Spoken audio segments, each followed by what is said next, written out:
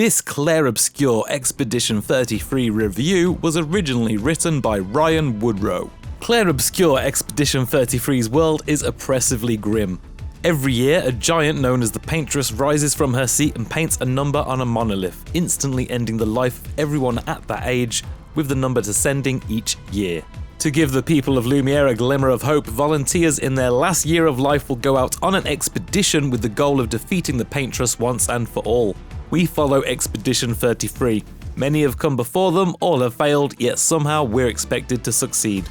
This premise creates an incredible tonal balance where this dark and cruel world is constantly penetrated by the optimism of its inhabitants. Even when the odds seem insurmountable, there is always someone, somewhere in this world who is willing to stand up and say no, which is what allows the story to have a whole host of memorable, humorous moments to break up that darkness. It helps all of the characters feel incredibly well-rounded. Yes, they all have their moments when they can do nothing but sit and wallow in despair, but they still find time to make each of us smile, finding the light despite the tragedy. And trust me, this story has more than its fair share of tragedy. I refuse to give even a single moment away, but it has a spectacular talent for blindsiding you with twists that force you to reconsider everything you thought you knew. This pairs perfectly with the game's overall narrative. A tale of loss, grief, and acceptance that leaves a huge impact, examining the very nature of those things and questioning what happens when a person's grief drives them to take extreme action. As for gameplay, Expedition 33 takes the classic JRPG formula and injects a host of great ideas from Western games, as well as some unique twists to make it feel truly special. The most important mechanic is the Parry System.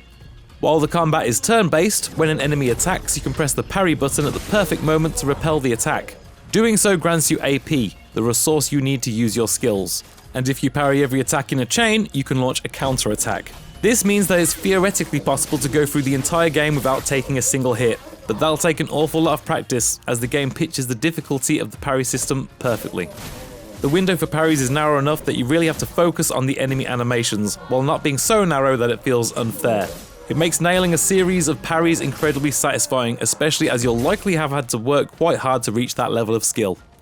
Each area will have you encounter them enough times that you can feel yourself getting better at parrying them.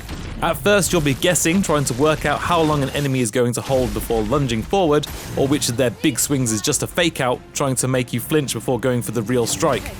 However, eventually you'll understand the pattern and find that perfect moment to parry. And let me tell you, launching a counterattack on a new enemy for the first time feels amazing, with the sound and camera effects conspiring to give those return strikes as much impact as possible. Then we get to the Picto and Luminina system, which is another brilliant innovation. By exploring and defeating enemies, you'll collect Pictos that boost a character's stats and give a unique passive effect.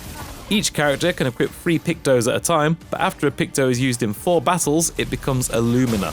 A Luminina can be equipped by multiple characters simultaneously, and while it doesn't offer the stat boosts of a Picto, it does give them a passive effect.